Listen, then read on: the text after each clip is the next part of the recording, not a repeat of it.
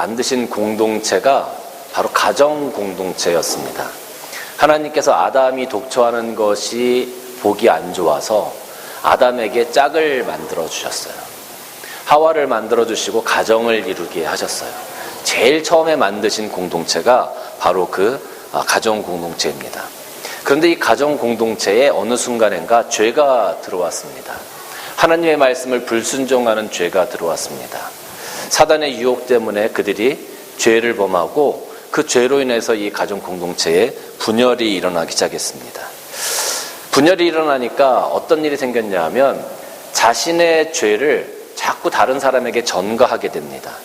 내가 잘못한 게 아니고 네가 잘못했어, 너 때문이야 라고 상대방을 자꾸 정죄하고 비난하게 되어집니다. 그로 인해서 상처가 생기고 그로 인해서 가정 공동체가 무너지기 시작합니다. 아담이 처음에 선악과를 따먹은 다음에 하나님께서 너 왜 이 선악과를 따먹었냐고 물으니 아담이 제일 처음에 한 것이 무엇이냐면 하와에게 죄를 전가하고 하와를 비난하는 일이었습니다. 저 여인이 아니었다면, 하와가 아니었다면 저는 절대로 하나님 앞에서 죄를 짓지 않았을 겁니다. 하와는 그 죄를 뱀에게, 사단에게 또 전가합니다. 그러므로 인해서 그 죄의 책임을 지려고 하지 않는, 죄를 회피하는 경향이 그들에게 나타났고 그로 인해서 결국 그 가정은 무너져 내리게 되었습니다. 일반적으로 공동체라고 하는 것은 학연, 지연, 그 혈연 뭐 이런 것들로 많이 이렇게 이루어지게 되는데 특별한 공동체가 하나 있습니다. 그것이 뭐냐면 같은 목표를 가지고 있는 사람들이 모이는 겁니다. 같은 목표를 가지고 있는 사람들이 모이는 것. 예를 들면 종교를 꼽을 수 있고요. 또 아니면 조기 축구회 같은 것도 꼽을 수 있고요. 아니면 회사 같은 것도 꼽을 수가 있습니다. 같은 목표를 가지고 함께 나아가는 사람들의 모임도 하나의 공동체를 형성하게 되어지는 그 근원이 되어지기도 합니다. 이스라엘 백성들이 출애굽할 때 하나님께서 이스라엘 백성들을 그 애굽 땅에서 불러내셨습니다. 모세를 세우시고 이스라엘 백성들을 불러내셨는데 이스라엘 백성들이 그 애굽 땅에서 나올 때 이스라엘 백성들 그 단일 민족만, 히브리 민족만 출애굽했을까요? 정말로 100% 이스라엘 백성만 출애굽했을까요? 그렇지 않았습니다.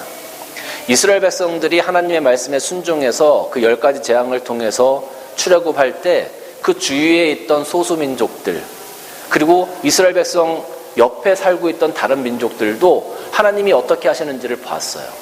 그리고 이스라엘 백성들이 하나님의 민족으로 선택받아서 출애굽할 때 야 나도 가자, 우리도 가자 해서 이스라엘 백성들과 함께 나온 사람들이 다수 있었습니다. 그래서 하나님께서는 그 구약에 뭐 신명기나 레위기나 이렇게 율법을 정하실 때 보면 너희 안에 거하는 거류민들, 외국인들에 대한 율례도 함께 만드십니다. 그것은 무엇을 의미하냐면 이스라엘 백성들이 출애굽할 때 이스라엘 백성들만, 단일 민족만 딱 해서 나온 것이 아니라 함께 나온 다른 소수의 다른 민족들, 사람들도 있었다라는 거죠. 그런데 우리는 일반적으로 그 집단, 그 백성들을 통틀어서 이스라엘 백성들이라고 칭합니다. 왜? 하나님을 향하여 같은 믿음을 가지고 쫓아나온 사람들이기 때문에 우리는 그렇게 이야기를 하는 겁니다. 여러분, 우리 대한민국 사람들을 보통 단일 민족이라고 이야기합니다. 그렇죠? 단일 민족. 단일 민족이라고 이야기하면 피가 다른 민족들과 섞이지 않은 그런 어떤 모습을 우리가 이야기합니다. 일반적으로. 그럼 정말 우리 대한민국 사람들은 다른 민족들과 피가 전혀 섞이지 않은 단일 민족입니까? 우리가 고대로부터 얼마나 많은 침략을 받아왔습니까? 얼마나 많은 전쟁을 겪었습니까? 그리고 중국이나 이런 나라들에 얼마나 많은 조공을 바쳤었습니까? 근데 조공을 바칠 때 물질만 바친 것이 아니라 사람도 함께 갔다 오는 일들이 벌어졌다라는 거죠. 그러니까 우리가 단일 민족이라고 하지만 사실은 우리 안에 여러 민족의 피가 함께 흐르고 있다는 것을 인정하지 않을 수 없는 것이죠. 그런 겁니다. 그럼에도 불구하고 우리는 대한민국 한 공동체에서 한 사람으로 살아가게 되어지는 거죠. 우리는 대한민국 사람이라는 한 소망, 한 목표를 가지고 있기 때문에 그런 겁니다.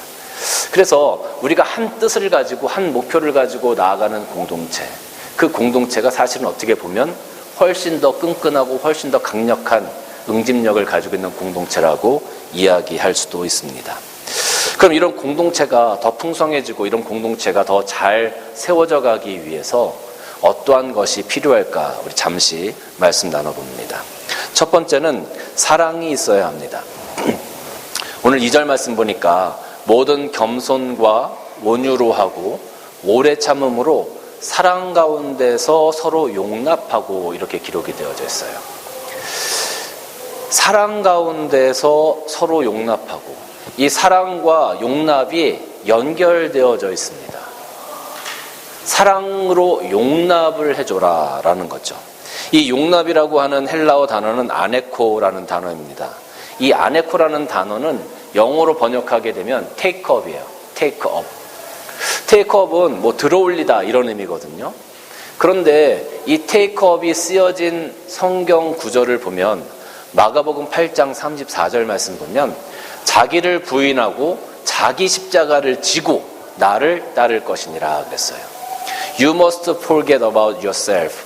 You must take up your cross and follow me. 그래서 여기서 take up, you must take up your cross. 너의 십자가를 반드시 져야 된다. 그러니까 여기서 지금 이 take up의 의미가 뭐냐면 십자가를 지고라는 의미예요. 짊어진다라는 의미로 사용되어졌다라는 거죠. 제가 여러분들에게 드리고 싶은 이야기가 뭐냐 하면 여기 십자가를 짊어졌다, 내가 짊어진다라는 의미, 이것은요 용납이라는 의미가 짊어진다라는 의미인데, 이 짊어진다는 것은 무엇을 짊어져야 되느냐? 바로 우리 공동체 안에서 나와 조금 다른 의견이 있다든지, 나와 조금 다른 생각이 있다든지, 나와 조금 다른 삶을 살아간다든지, 또 다른 사람이 내 앞에서 실수를 한다든지, 이런 부분에 대해서 우리가 용납하고 받아들여서 그거를 우리의 짐으로 내가 짊어지고 갈 수 있는 것으로 생각하고 가야 된다. 그것의 기본이 뭐다? 사랑이다 라고 지금 이야기를 하고 있는 겁니다. 다른 사람이 조금 못해서 그 부담을 내가 짊어지고 가는 것, 다른 사람의 부족함을 내가 채워가는 것, 그것이 바로 용납이라는 거예요. 우리가 보통 이제 젊은 친구들이 나가서 밥을 먹거나 커피를 먹거나 하면 더치페이 같은 거를 많이 합니다. 그죠? 100원, 만약에 10,000원이 나왔어요. 10,000원이 나와서 두 사람이 나누면 5,000원, 5,000원 내 하고서 5,000원씩 받으면 돼요. 그런데 한 친구가 야, 나 4,000원밖에 없는데? 나 4,000원밖에 없는데? 그러면 용납이라는 것은 괜찮아. 그럼 내가 6,000원 낼게. 너 4,000원 내. 이게 용납의 한 예가 되는 거예요. 다른 사람의 부족함을 내가 조금 더 채우는 거예요.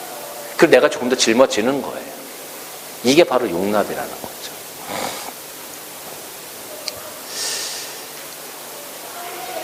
만약에 선우가 묵직한 가방을 짊어지고 아장아장 예배 끝나고 나서 걸어 나간다고 한번 생각을 해보십시다. 그리고 제가 선우가 묵직한 가방을 지고 밖으로 나가는 걸 제가 봤어요. 그럼 제가 어떻게 할까요?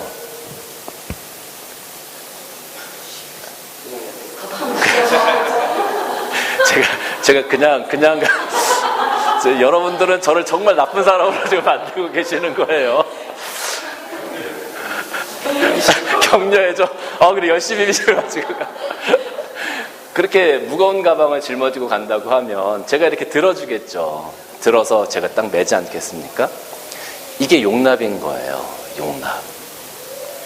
보통 우리가 아이들 학교를 보내잖아요. 여기는 아이들 그 픽업을 많이 하니까 아이들 학교를 보내고 아이들을 집으로 데리고 오고 하는데 아이들 가방이 큼직하니 뭐가 잔뜩 들었을 것 같은데 사실 그 안에 도시락밖에 안 들었어요. 여기 그죠?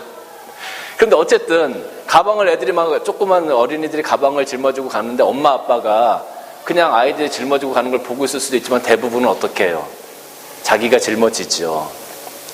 이게 아이들의 그 부족함을 엄마 아빠가 채우는 거예요. 이런 게 바로 용납이라는 거예요. 교회에서도 공동체에서도 생활할 때 다른 사람들이 다 잘할 수 없거든요. 다른 사람들이 다 내 마음 같을 수 없거든요. 내가 생각하는 것보다 조금 못 미칠 수 있어요. 그 못 미치는 부분을, 부족한 부분을 내가 채우는 거예요. 내가 감당하는 거예요. 내가 조금 더 희생하는 거예요. 그게 바로 용납이다라는 거죠. 그러면 여러분, 용서는 뭡니까? 용서는 정의가 개입되지 않은 은혜예요. 정의가 개입되지 않은 은혜. 저 사람이 잘못하고 실수했어. 정의를 가지고 얘기하면 잘못한 거니까 당연히 벌을 받아야 되는 거죠. 그죠? 근데 용서는 벌을 주지 않아요. 그리고 그걸 다 그냥 억셉을 해줘요. 은혜로 모든 것들을 덮어줘요. 정의가 개입되지 않는 거예요. 그래서 이 사랑이라고 하는 것은 용납으로 시작해서 용서로 완성된다라는 말이 있어요. 사랑은 용납으로 시작해서 용서로 완성된다. 처음에는 그 사랑하는 마음으로 하나하나 받아주고 내가 그의 부족함을 채워줘요. 근데 그 사랑의 완성은 그가 정말로 큰 잘못을 하고 내 마음을 아프게 하고 나를 상처 준다 해도 내가 그를 위해서 그렇게 짊어지고 내가 그를 위해서 그렇게 희생했음에도 불구하고 그가 나에게 상처를 준다는 것은 배신이잖아요.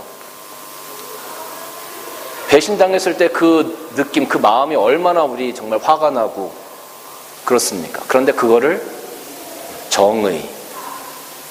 정의로 대하지 않고 은혜로 대해주는 것, 그것이 용서다라는 것. 용서가 얼마나 힘든 건지 몰라요. 용서를 하려면 배신을 당해야 되는 거거든요. 나를 배신한 사람을 아무 대가 없이 그냥 품어주는 것, 그것이 바로 용서예요. 얼마나 힘듭니까? 사랑이 없으면 되지 않는 거죠. 사랑이 없으면.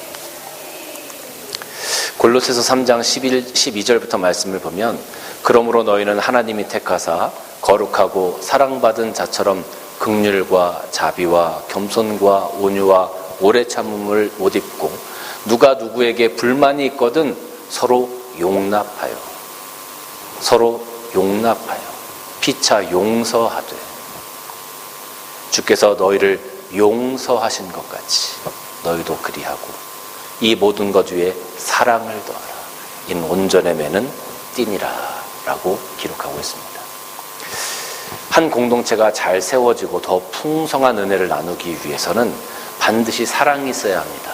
그 사랑은 용납으로 시작해서 용서로 완성되어지는 사랑이어야만 합니다. 예수님께서 우리를 용서하신 것처럼 너희도 그리하고, 예수님의 사랑을 생각하면서 그것을 감당하지 않으면 우리는 인간적으로 절대 용서할 수 없습니다. 우리는 인간적으로 절대 사랑할 수 없습니다. 주님께서 우리를 용서하여 주신 것을 기억하면서 오늘 우리의 공동체를 더욱더 풍성하게 만들어 가시는 여러분들 되시기를 주님의 이름으로 축원합니다. 두 번째는 한 마음을 품어야 합니다. 오늘 3절 말씀 보면 평안에 매는 줄로 성령이 하나 되게 하신 것을 힘써 지키라 라고 기록하고 있어요. 함께 부르심을 받았거든요. 그리고 한 곳을 지금 우리가 바라보고 있거든요. 한 소망을 가지고 한 꿈을 꾸면서 서로 사랑하면서 이 평안의 줄로 서로 막 이어져서 한 줄이 아니라 삼겹줄이 되어서 새끼가 꼬아지듯이 정말로 튼튼한 줄로 만들어져 가고 있는 것, 그런 모습이 우리에게 있어야 되는 거거든요. 한 마음을 품고서 한 줄로, 한 삼겹줄로 크게 메어져 갈 때 그 줄이 결코 끊어지지 않는 것처럼 그런 마음, 그런 모습이 우리에게 있어야 된다는 거거든요. 여러분, 이 줄로 이어져서 줄로 팽팽하게 되는 것이 얼마나 중요한지 모릅니다. 제가 어릴 때 보이스카우트 그 활동을 했었습니다. 보이스카우트 활동을 하면 한 번씩 보이스카우트이 캠핑을 갑니다. 캠핑을 가는데 그때 가면 여러 지역에서 그 보이스카우트들이 다 모여요. 그럼 진짜 그때 뭐 수천 명씩 모여가지고 뭐 텐트 치고 행사를 했었던 그런 기억들이 있습니다. 그런데 처음에 그 캠핑 장소에 딱 가면 제일 처음에 하는 게 있어요. 그게 뭐냐면 텐트를 쳐야 되는 거예요. 텐트를 치는데 텐트를 다 치고 막 이렇게 그 뼈대를 맞추고 그 텐트 천을 끼워서 텐트를 딱 칩니다. 딱 치고 나서 어떤 친구들은 다 쳤다고 선생님한테 막 쫓아와요. 선생님, 우리 다 쳤어요. 그래서 선생님이 그러면 한마디 하세요. 야, 줄도 쳐야지. 줄도 매야지. 줄을 안 매면 바람만 조금 불면 텐트가 막 날아가요, 그냥. 그 지내다 보면 꼭 날아가는 텐트들이 한두 개씩 나와요. 그렇게. 근데 그래서 마지막에는 항상 줄로 튼튼하게 연결을 해야만 그 텐트를 완전하게 치는 거예요. 그 줄로 연결하지 않으면 그 텐트는 완성된 텐트가 아니에요. 줄로 연결하더라도 정말로 팽팽하게 잘 당겨서 이 바람에도 흔들리지 않을 만큼, 이쪽에는 팽팽히 박았는데 저쪽은 느슨하게 박아요. 그럼 텐트가 막 흔들려요. 이쪽도 팽팽하게 박고 저쪽도 팽팽하게 박고 사방 팔방을 다 팽팽하게 당겨서 이 팩을 박아야 되는 거예요. 그래야만 그 텐트가 잘 유지가 되는 거예요. 바람이 불어도.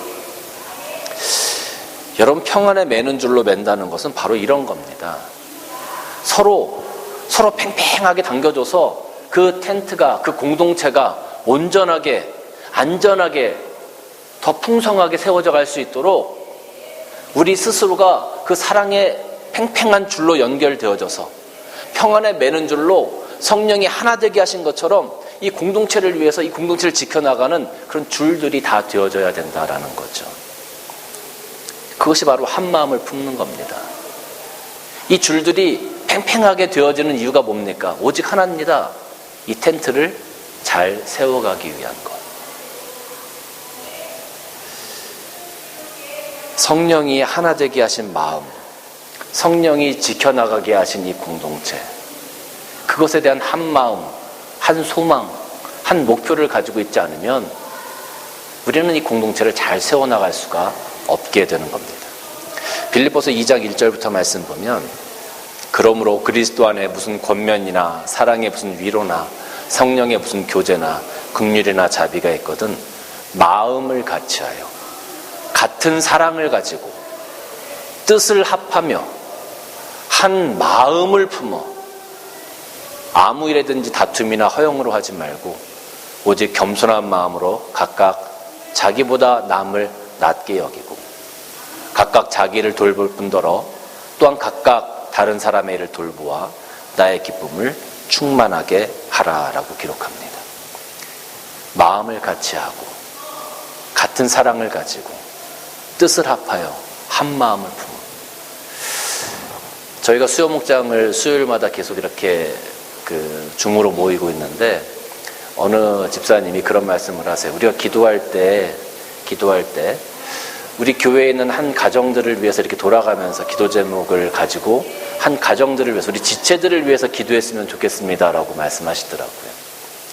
제가 참 감사했습니다. 그 마음이 한 마음을 품고 모든 아무 일에 다툼이나 허용으로 하지 않고 오직 겸손한 마음으로 각각 자기보다 남을 옅게 여기고 낮게 여기고 각각 자기 일을 돌볼 뿐만 아니라 각각 다른 분들의 일도 돌보는 거라고 생각이 들었기 때문에 그렇습니다. 내 가정만 위해서 기도하는 것이 아니라 나와 함께하고 있는 이 공동체에 있는 가정들을 위해서 우리가 함께 기도하자. 이게 공동체를 세워가는 마음인 겁니다. 이게 공동체를 세워가는 그 튼튼한 줄의 역할, 평안에 매는 줄의 역할을 하는 그런 모습인 겁니다. 사랑하는 성도 여러분, 우리가 한 마음을 품고 우리 산예등불 교회뿐만 아니라 하나님 나라를 위해서 항상 함께 세워져가는 여러분들이 되시길 주님의 이름으로 축원합니다. 세 번째는 그리스도와 연합을 해야 합니다. 4절과 6절 말씀 보면 몸이 하나여 성령도 한 분이시니 이와 같이 너희가 부르심의 한 소망 안에서 부르심을 받았느니라. 주도 한 분이고 믿음도 하나요 세례도 하나요. 하나님도 한 분이시니 곧 만유의 아버지시라. 만유 위에 계시고 만유를 통일하시고 만유 가운데 계신다. 여러분, 그리스도와 연합한다라는 이야기 우리가 많이 하지만 이것의 정의가 무엇입니까? 그리스도와 연합한다라는 것은 우리 교회 공동체의 중심이 항상 예수 그리스도가 되어져야 한다는 것을 의미합니다. 예수와 죽고 예수와 함께 사는 것을 의미합니다. 예수님이 내 삶의 주인이 되셔서 내 안에 들어와 계신 것을 의미합니다. 예수님께서 하시는 것을 내가 기쁘게 행하고 예수님께서 싫어하시는 것을 내가 하지 않고 내가 오직 하나님께 영광 올려드리는 것을 기쁨으로 살아갈 수 있는 그런 삶, 그 삶을 살아가는 것이 바로 예수 그리스도와 연합한 삶이라고 할 수 있습니다. 우리는 예수님과 연합한 삶을 살아가고 싶어 합니다. 그럼에도 참 힘들죠. 계속 실수하고 넘어지기도 합니다. 우리의 연약함 때문에 그렇습니다. 우리의 연약함을 위해서 예수님께서는 늘 우리를 위해서 기도하세요. 하나님과 예수님과 우리가 연합한 삶을 살아가기를 예수님께서는 늘 기도하세요. 요한복음 17장 22절 말씀 보면 내게 주신 영광을 내가 그들에게 주었사오니 이는 우리가 하나가 된 것 같이 그들도 하나가 되게 하려 함이라. 여기서 내게 주신 영광, 예수님께서 하나님으로부터 받은 그 영광을 제자들에게, 예수님을 따르는 자들에게, 예수 그리스도의 십자가를 고백하는 자들에게 주셨다라는 거예요. 이는 우리가 하나님과 예수님이 하나가 된 것 같이 우리들도 예수님과 하나가 되어지고 하나님과 하나가 된 삶을 살아가기를 원합니다 라고 예수님께서 기도하시는 거예요. 요한복음 17장이 예수님께서 하나님을 향하여 기도하시는 기도문이거든요. 그 기도 가운데 이런 문구가 나오는 겁니다. 우리가 예수님과 연합해서 예수님께서 기뻐하시는 일, 하나님께서 기뻐하시는 일을 함께 감당해 나가는 것, 그것이 무엇입니까? 이 공동체가, 교회 공동체가 건강하게 세워져 가는 것을 의미한다고 할 수 있습니다. 병들지 않고 부족함 없이 하나님의 것으로 날마다 풍성히 채워져 가는 그런 공동체가 되는 것을 하나님께서 기뻐하시는 것 아니겠습니까? 이런 부분들을 잘 감당하기 위해서는 한 사람만 잘해서 되는 것이 아니에요. 우리 모두가 열심히, 모두가 함께 하는 것이 참 중요하다고 할 수 있습니다. 예수님께서 내 삶의 중심이 되어주시고 내 삶의 인도자가 되어주시는 것이 예수 그리스도와 연합하는 거다. 그런데 예수님께서 우리에게 주신 가장 큰 계명이 무엇입니까? 우리가 하나님을 사랑하고 그 다음에 또 뭐가 있어요? 내 이웃을 내 몸과 같이 사랑하라 그랬잖아요. 예수님께서 내 마음 가운데 내 삶 가운데 오셔서 나의 주인이 되어주셔요. 그럼 우리는 하나님을 사랑할 수 있게 되어집니다. 하나님을 사랑할 수 있게 되어져요. 그런데 내 마음 가운데 예수님만 있어서는 안 될 것 같아. 예수님과 더불어 내 이웃이 함께 있어야 할 것 같아요. 내 이웃이. 그래야 하나님을 내가 목숨을 다하고 힘을 다하고 뜻을 다하여 사랑하고 내 이웃을 내 몸과 같이 사랑할 수 있지 않겠습니까? 근데 많은 기독교인들이 실수하는 것이 뭐냐면 하나님, 예수님께서 내 안에 계셔. 난 하나님 사랑해. 근데 내 마음에 이웃이 없어.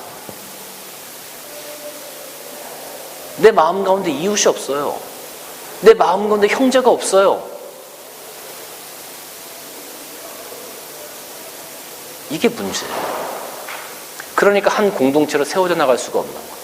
하나님 앞에서는 잘할지 몰라도 옆에 있는 지체들과는 하나가 되지 못하는 거예요. 그들을 위해서 기도하지 못하는 거예요.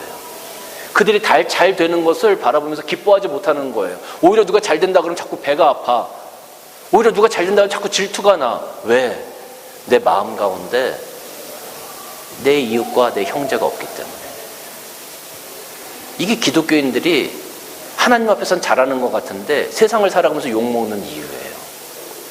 자꾸 예수님만 내 삶의 중심으로 모시려고 그래. 그거 좋아요. 근데 내 마음 가운데 중심을 예수님께서 계셔.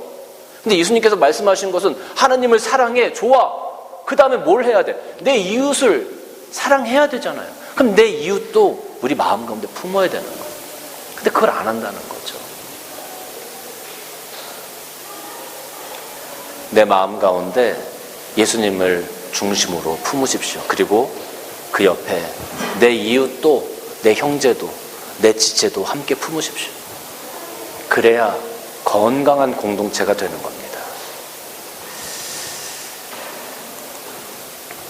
갈라디아서 3장 26절부터 말씀을 보면 너희가 다 믿음으로 말미암아 그리스도 예수 안에서 하나님의 아들이 되었으니, 우리가 다 믿음으로 말미암아, 예수 그리스도를 믿는 믿음으로 말미암아 하나님의 아들이 되었어. 예수님 안에서 누구든지 그리스도와 합하기 위하여 세례를 받은 자는 그리스도로 옷 입었느니라. 너희는 유대인이나 헬라인이나 종이나 자유인이나 남자나 여자나 다 그리스도 예수 안에서 뭐라고요? 하나다. 하나다. 그렇습니다. 우리는 남자나 여자나 이방인이든지 많이 배운 사람이든지 부자든 가난한 사람이든지 건강한 사람이든지 그렇지 않은 사람이, 헌신을 많이 하는 사람이든지 그렇지 않은 사람이든지 성경을 많이 아는 사람이든지 그렇지 않은 사람들이든지 그것이 중요한 것이 아니라 우리는 그리스도를 믿는 믿음 안에서 예수 그리스도 안에서 하나님의 자녀가 다 되었어요. 그리고 우리는 그 안에서 하나다. 이 공동체는요, 우리가 그리스도 안에서 하나가 되어질 때, 내 형제 자매들도 그 지체들도 나와 같이 하나가 되어질 때 비로소 세워질 수 있는 겁니다. 내 마음에 이웃과 형제가 없다면 우리는 결코 하나가 될 수 없습니다. 사랑하는 성도 여러분, 오늘 우리가 한 공동체가 된다는 것 쉽진 않습니다. 그러나 우리가 어떤 마음을 품어야 할지 여러분들이 깊이 고민해 보시고 이 말씀 가운데 여러분의 갈 길을 찾으시고 나설 길을 그리스도의 인도하심을 따라서 나아가시는 여러분들 되시길 주님의 이름으로 간절히 축원합니다. 기도하시겠습니다.